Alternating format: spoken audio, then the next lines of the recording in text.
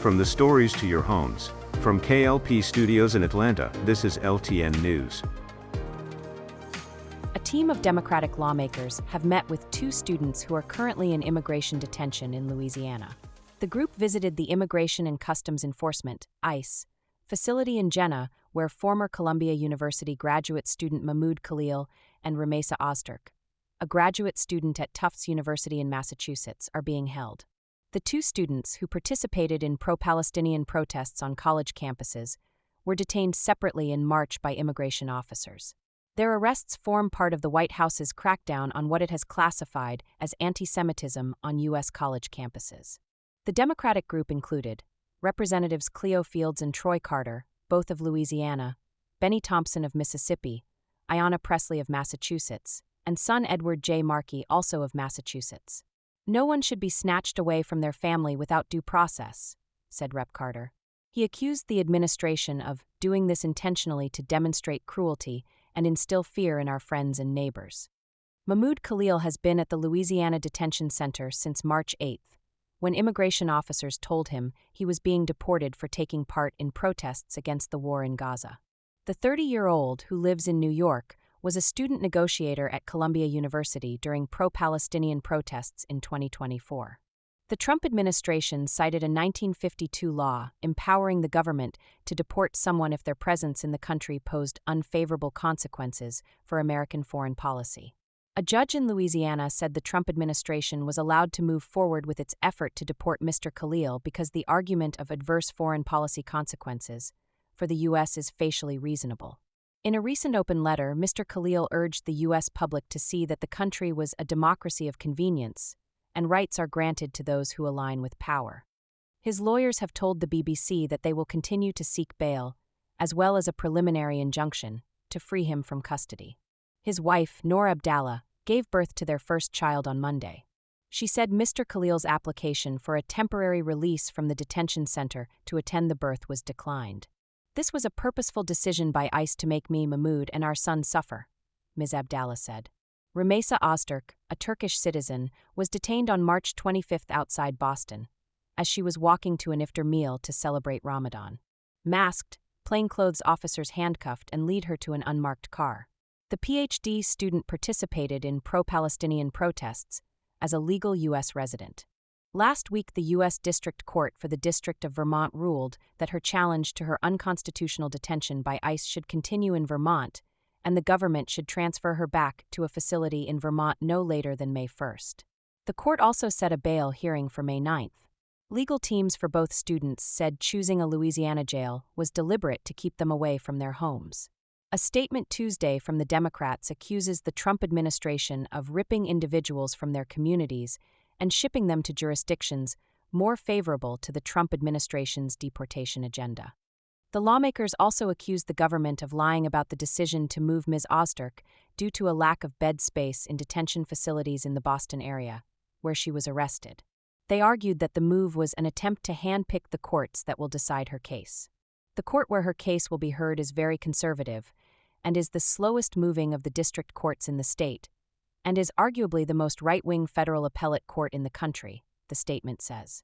It demands that Secretary of Homeland Security Kristi Noem and the acting director of ICE, Todd Lyons, answer questions regarding the decision to move her to Louisiana.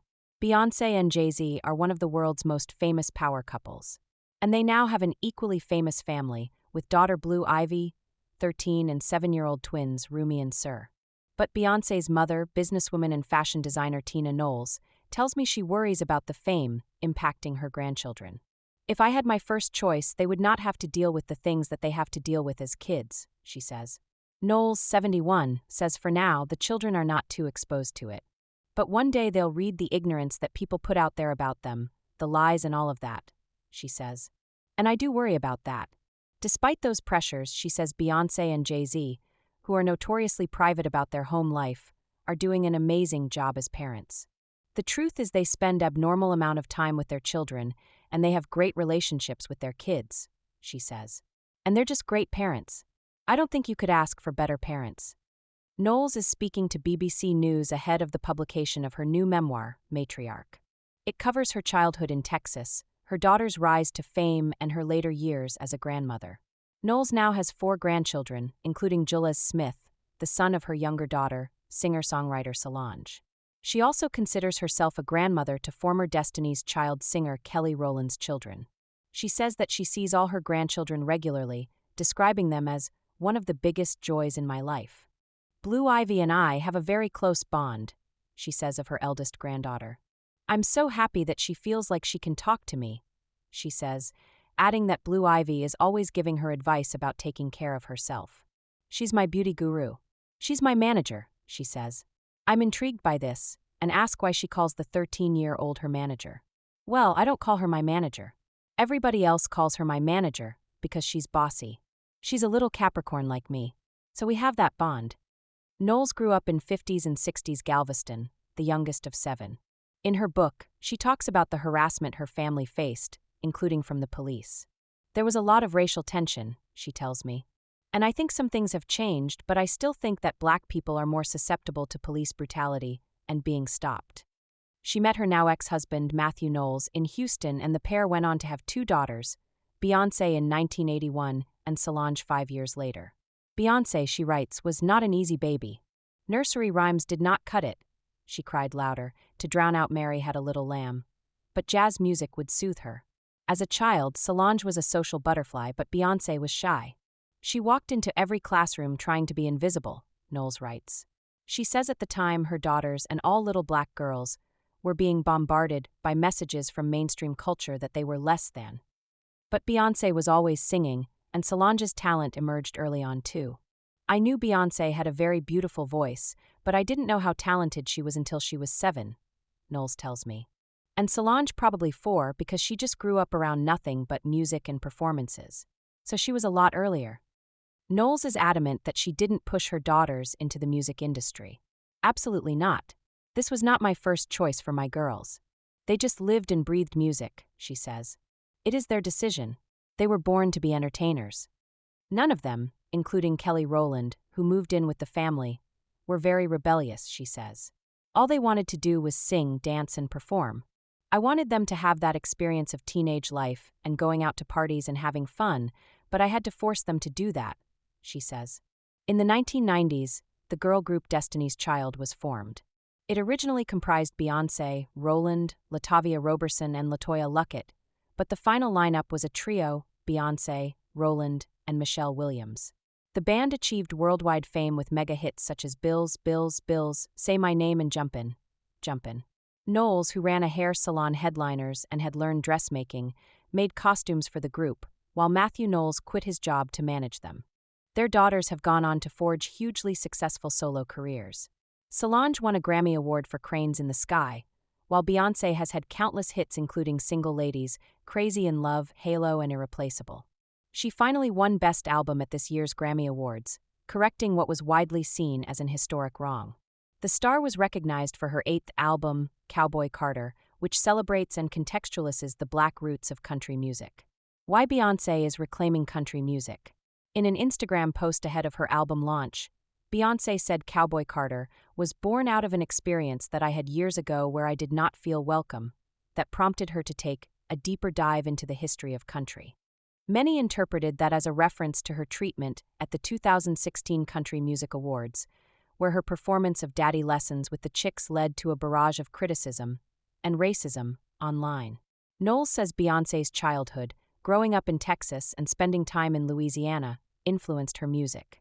She was very influenced by Zydeco, a music genre from Louisiana, and that culture and cowboy culture, she says. She added it was interesting to hear some saying Beyoncé is not country western and shouldn't be making that kind of music. It is in her. It's in her right to make whatever music she feels like making. As her daughters rose to international fame, they have had to deal with media pressure and trolling, including, Knowles writes, the speculation that Beyoncé was faking her pregnancy with Blue Ivy. There was also an infamous argument between Solange and her brother-in-law Jay-Z in an elevator in 2014, which was leaked by celebrity site TMZ. Knowles refuses to be drawn on the lift incident. But when asked how she protects her daughters from comments and trolling online, she says it's actually them who protect her. They are very astute at blocking out the bull and the lies. And do they hurt them? Sure, but they don't even focus on that, she says. While the world is creating lies and mess, my girls are somewhere in the studio or with their kids minding their business and living their best life. She refuses to take credit for keeping her daughters grounded. I didn't keep them on the straight and narrow. They are just very sensible people with balance in their life, she says. Knowles also opens up in her book about being diagnosed with stage 1 breast cancer in her left breast, after doctors discovered 2 tumors. She is now cancer-free. My daughters and my faith carried me through, she writes. So what's next for this family of superstars? Knowles is optimistic, saying the sky's the limit when it comes to what her daughters might do next. As for her grandchildren, she says they are being nurtured in anything that they want for themselves, but definitely not pushed in the show business. At just 13, Blue Ivy has already made strides in her career. Last year, she voiced the character of Kiara in the Lion King prequel Mufasa, The Lion King, and she also performed alongside her mother on her Renaissance tour. But Knowles says that's something Blue Ivy had to work for. Because her mom was like, no, you got time. You got to make sure that, a lot comes with that. And so if anything, they're being nurtured to be the best human beings they can be. That's first priority. As for whether we can expect Matriarch to be adapted into a reality series, Knowles is reticent. Oh, not a reality series, but I have been talking to people about the movie rights to it, and I would love to see a film made, she says. One of my favorite films is The Jackson Story. Me and my kids watched it so many times, and I just think that it'd be great to see that on film.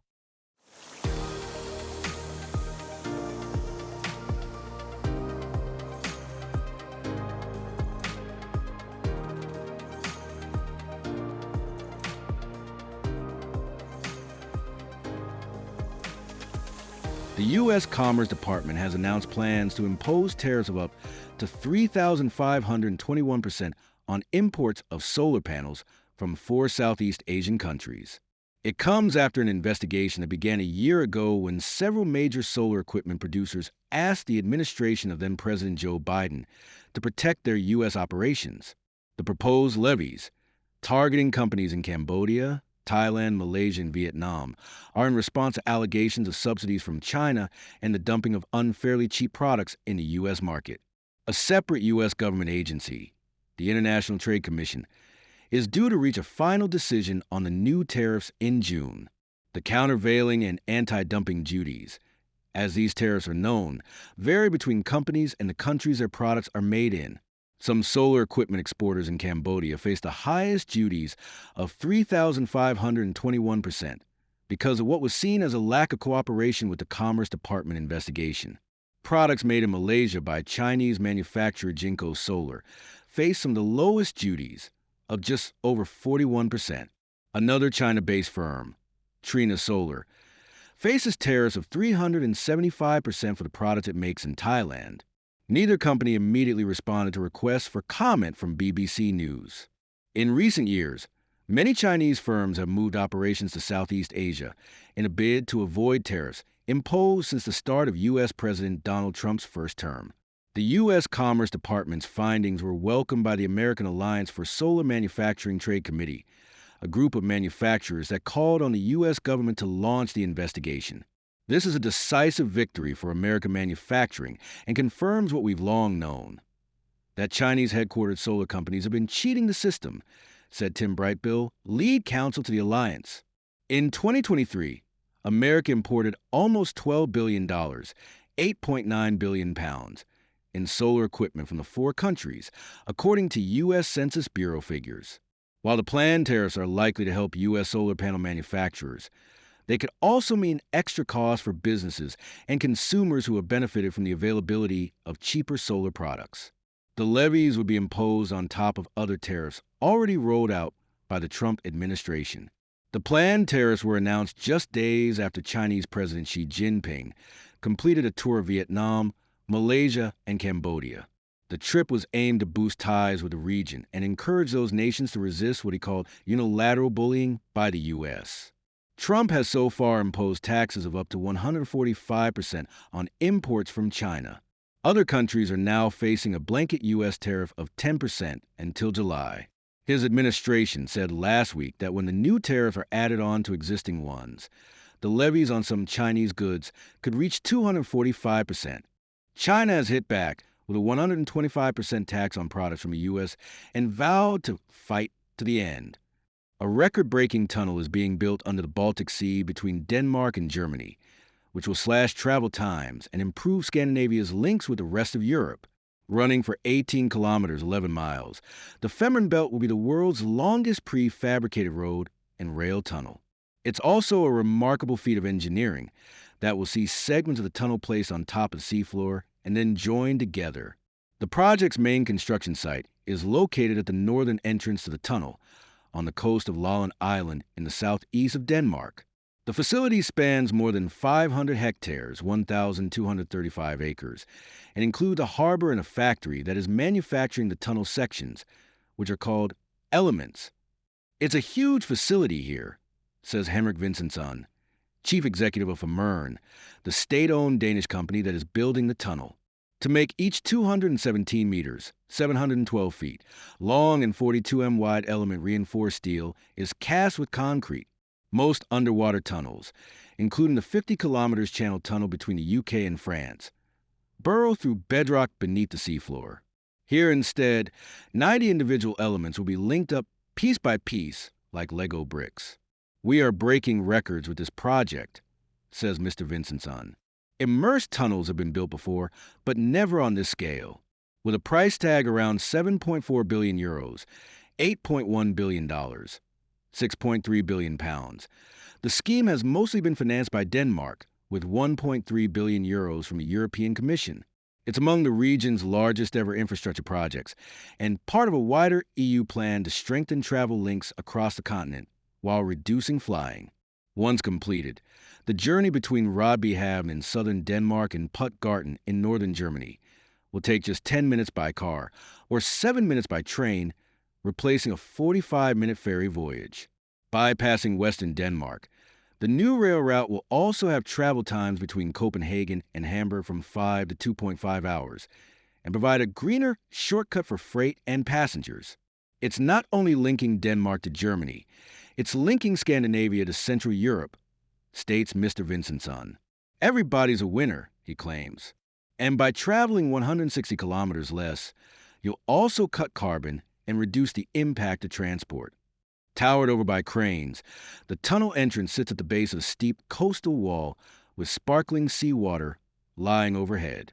So now we are in the first part of the tunnel, announces Senior Construction Manager Anders Gertweed, as we walk inside the future highway.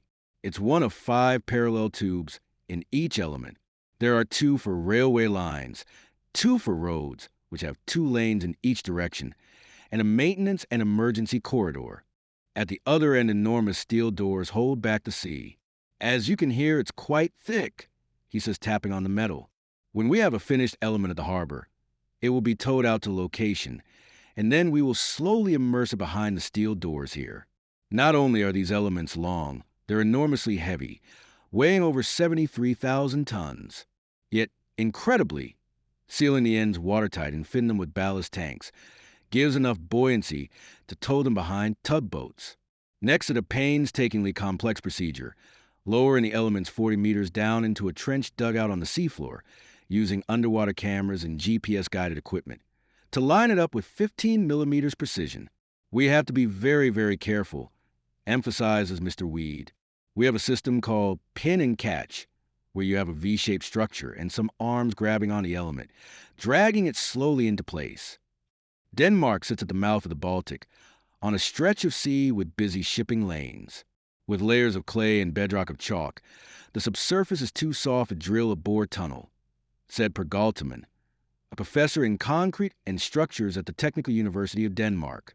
A bridge was initially considered, but strong winds might disrupt traffic, and security was another important consideration. There was the risk of ships crashing into bridges. We can build the bridge so they can withstand it, he adds. But this is rather deep water, and the biggest ships can sail there. So, adds Mr. Galteman, it was decided to go with an immersed tunnel. They looked at it and said, okay, what is the cheapest? The tunnel. What is the safest? The tunnel. Denmark and Germany signed an agreement to build a tunnel back in 2008, but the scheme was delayed by opposition from ferry operators and German conservation groups concerned about the ecological impact.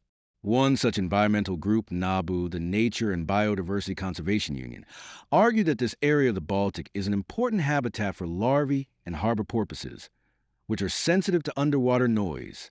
However, in 2020, their legal challenge was dismissed by a federal court in Germany, which green-lighted construction to go ahead. We have done a lot of initiatives to make sure that the impact of this project is as small as possible, says Mr. Vincentson, pointing to a 300-hectare wetland nature and recreational area that's planned on reclaimed land, which has been built from the dredged-up sand and rock. When the tunnel opens in 2029, Vermeeren estimates that more than 100 trains and 12,000 cars will use it each day. According to plans, revenues collected from toll fees will repay the state-backed loans that were taken out to finance construction, and Mr. Vincentson calculates that will take around 4 decades. Ultimately, the users are going to pay, he says. It's also hoped the huge investment will boost jobs, business, and tourism in Lolland, which is one of Denmark's poorest regions. The locals down here have been waiting for this project for a lot of years, said Mr. Weed, who grew up nearby. They're looking forward to businesses coming to the area.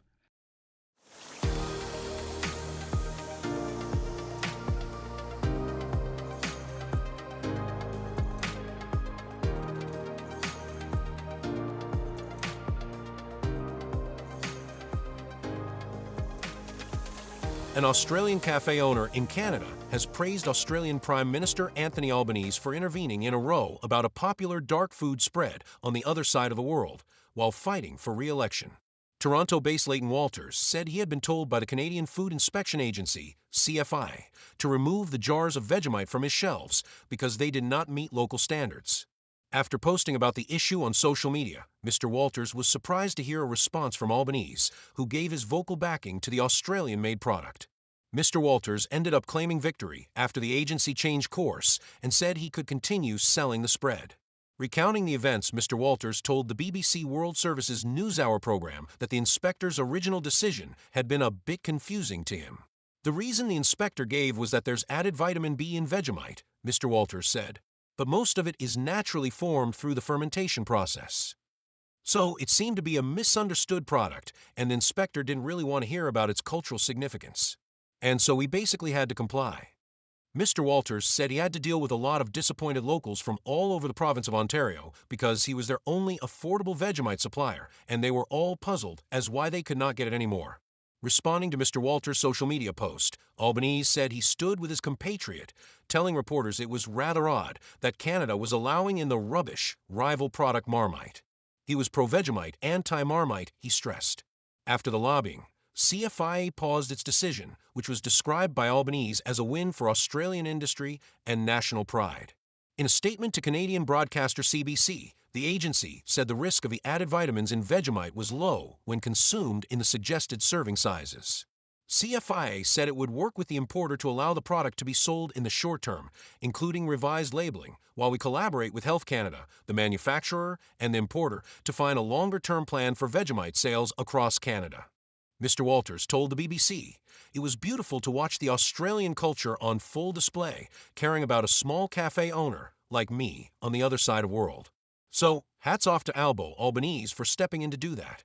The dispute came as Canada finds itself in a standoff with the United States over a variety of regularly traded products that are now subject to trade taxes after President Donald Trump unveiled a range of tariffs. Meanwhile, Albanese is facing off against Australian opposition leader Peter Dutton in a federal election scheduled for May 3rd. As U.S. President Donald Trump takes aim at the Smithsonian Institution for Anti-American Ideology, Adam Rutherford examines what the science of genetics has taught us about race. When scientists unveiled the first draft of the Human Genome Project 25 years ago, it seemed to deliver the final word on some antiquated myths about race. It provided definitive evidence that racial groupings have no biological basis. In fact, there is more genetic variation within racial groups than between them. Race, it showed, is a social construct. But despite that fundamental finding, which has only been reinforced as work on human genomes has continued, race and ethnicity are still often deployed to categorize human populations as distinct biological groups. These are views that can be found circulating in the pseudoscience on social media, but they also still creep into scientific research and healthcare systems. President Donald Trump and his administration have made no secret of his rejection of many aspects of the scientific worldview. Since returning to the White House, he has made sweeping cuts to science funding for biomedical and climate research, but in a recent executive order, Trump took aim at what most scientists now regard as biological reality.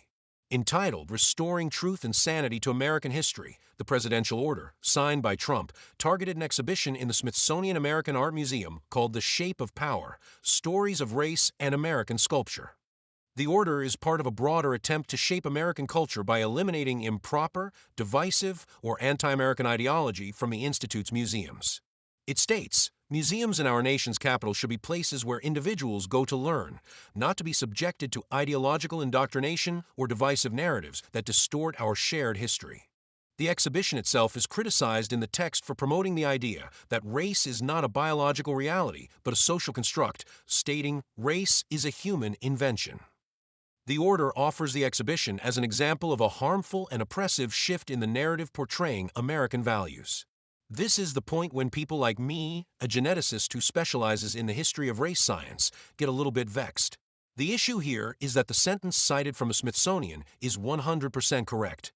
This is neither controversial in science nor history. Human variation is, of course, very real. People are different, and we can see those differences in skin pigmentation, in hair color and texture, and in other physical characteristics. These differences cluster in locations around the world. People from the same region on average look more similar to each other than to people from other areas. So far, so obvious. In the 18th century, these traits were the primary determinants for a new fashion for categorizing humans in supposedly scientific terms. The Swedish botanist Carl Linnaeus is legitimately credited as the father of modern biology, as he gave us the classification system we still use today: genus and species. Every living thing is named according to this system, for example the bacteria Escherichia coli, or the lion Panther leo, or gorilla, which probably doesn't need explaining. We are Homo sapiens, wise people. But in his foundational work Systemi Naturae, Linnaeus introduced another tier of classification for us, designated primarily by that most visible of human traits, pigmentation. Linnaeus gave us 4 types of human, lumped together by continental landmasses: Asiaticus, people with yellow skin and straight black hair, Americanus; indigenous Americans with red skin, also with straight black hair, Africanus; black-skinned people with tight curls in their hair, and Europos, white-skinned with blue eyes. These designations are clearly absurd. None of the colors are accurate, even if you took the obviously incorrect view that millions of people share the same skin tones even within those categories. But the roots of the race designations we still use today are visible in these labels. Some of these terms have fallen out of social acceptability and are considered racist. But we still use black and white as descriptors for millions of people, none of whom really have either black or white skin. Even if this color scheme were true, Linnaeus' original descriptions only began with physical traits. What he included in later editions of Systemi Naturae, which became the basis for scientific racism, were portrayals of behaviors. Asiaticus were described as haughty, greedy, and ruled by opinions, while Americanus were labeled stubborn, zealous, regulated by customs. Africanus, women were denoted as being without shame, while both sexes were said to be crafty, lazy, and governed by caprice. He described Europaeus as gentle, acute, inventive, governed by laws. By any definition in any age, these assertions are racist and entirely incorrect. Of course, in examining history, we must be wary of judging people from the past by our own standards. But as the foundational text of modern biology, introducing a classification system for humans that is ludicrous, racist, and most importantly, hierarchical would leave an indelible mark on the centuries that followed. Over the next 200 years, many men would seek to refine these categories with new metrics, including pseudoscientific interpretations of craniometry or skull measurements. They never settled on a definitive answer about how many races there are. None of the characteristics that were being used are immutable, nor exclusive to the people to whom they were supposedly essential. We call this ideology racial essentialism. But all of the many schemes put white Europeans as superior to all others. It was biologist Charles Darwin who first began to unpick these ideas, recognizing in his 1871 book, The Descent of Man, that there was much more continuity in traits between people that had been designated as discrete races. By the beginning of the 20th century, molecular biology had entered the stage, and the era of genetics would dismantle the biological concept of race. By the time we began to look at how genes are shared in families and populations, we saw that similarities do indeed cluster in groups, but these groupings do not align with the long-standing attempts to classify the races. The true metric of human difference is at a genetic level. In the 20th century, when we began to unravel our genomes and observe how people are similar and different in our DNA, we saw that the terms in use for several centuries bore little meaningful relation to the underlying genetics. Even though only a tiny percentage of our DNA differs between individuals, the genome is so large and complex that there is great diversity. Geneticists are still working to unravel how this alters people's health, for example. But those genetic differences do not delineate along the lines of what we call race. They follow ancestral lines, can differ by geographic location, and can be traced through historic migration patterns. What we now know is that there is more genetic diversity in people of recent African descent than in the rest of the world put together.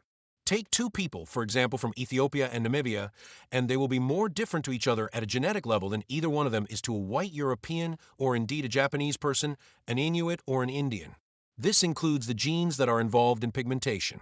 Yet for historical reasons, we continue to refer to both Ethiopians and Namibians under the race definition of black. Or take African Americans, people largely descended from enslaved Africans brought to the New World. Sequencing the genomes of black Americans reveals echoes of the history of transatlantic slavery. They not only mix genetic ancestry from the handful of West African countries from which their ancestors were taken, but also significant amounts of white European DNA. This reflects the fact that slave owners had sexual relationships, many of which would not have been consensual, with enslaved people. Therefore, the simple categorization of descendants of the enslaved as black similarly does not make biological sense. They are genetically diverse in themselves and different from the African ancestors from which they are descended. To lump them together makes no scientific sense. So it is by consensus, usage, and history that we continue to use the term black. This is what we mean by a social construct. The concept of race has little utility as a biological taxonomy, but it is enormously important socially and culturally. Social constructs are how the world works. Money and time are both socially constructed too. The value of a pound or dollar is applied by agreement against goods and services. Time passes unerringly, but hours and minutes are entirely arbitrary units. So, while race is not biologically meaningful, it has biologically meaningful consequences. The impact of most diseases correlates with poverty. As people of ethnic minority ancestry tend to be in lower tiers of socioeconomic status, diseases tend to affect them more severely. This is true across the board, but was exposed early on in the pandemic. Black, South Asian, and in America Hispanic people were disproportionately infected with and died of COVID-19. The media immediately began to search for a reason that reified a biological version of race, sometimes focusing on vitamin D metabolism, which is connected with melanin production and has effects on viral infections. Some studies showed that lower levels of vitamin D did associate with susceptibility to COVID infection among black people. But this is a correlation, not a cause. Underlying any slight differences in biology are much more potent causes. While so many of us were locked down, frontline NHS workers, people cleaning up our rubbish, and driving our buses all were more likely to be from ethnic minorities. They simply had a higher risk of being exposed and so infected with the virus. Combine that with the fact that minority groups are more likely to live in multigenerational, dense urban housing, and the supposedly biological susceptibility fades. This is why genetics has played such an important role in the dismantling of a scientific justification of race and understanding racism itself. And it's why the latest statement from Trump's White House is troubling many in the scientific community. Trump frequently speaks about aspects of genetics to make political points. One view that he has expressed repeatedly is that some people, and predictably himself, are genetically superior. "You have good genes, you know that, right?" he said in September 2020 to a rally in Minnesota, a state that is more than 80% white. You have good genes. A lot of it is about the genes, isn't it, don't you believe? You have good genes in Minnesota. Similarly, in the successful 2024 campaign, he denounced immigrants as having bad genes. It's hard for someone who studies genes and the strange and sometimes troubling history of genetics to understand even what might constitute a bad or good gene. Ours may be a pernicious history, but the trajectory of genetics has been one that tends towards progress and equity for all, as enshrined in the Declaration of Independence. From the stories to your homes, from K.L.P Studios in Atlanta, this is LTN News.